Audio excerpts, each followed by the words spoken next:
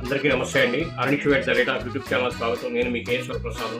ఈరోజు మీకు ఈ వీడియోలో మన భారతదేశంలో ఆర్మీ అనేది ఇంకా బలపడ్డానికి కొన్ని 13 రకాల కాంట్రాక్ట్స్ అనేది మన గవర్నమెంట్ వారు చేసుకున్నారు.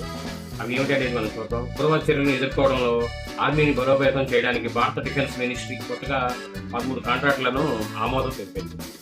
ఎమర్జెన్సీ ప్రొక్యూర్మెంట్ ఈపీ కింద రూపాయలు 987 కోట్లతో వీటిని ఫైనల్ చేశారు.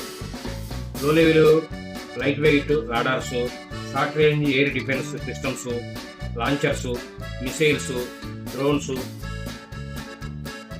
Fighting vehicles, integrated drone detection, interdiction సిస్టమ్స్ను ఆర్మీ సమకూర్చుకొని ఉంది.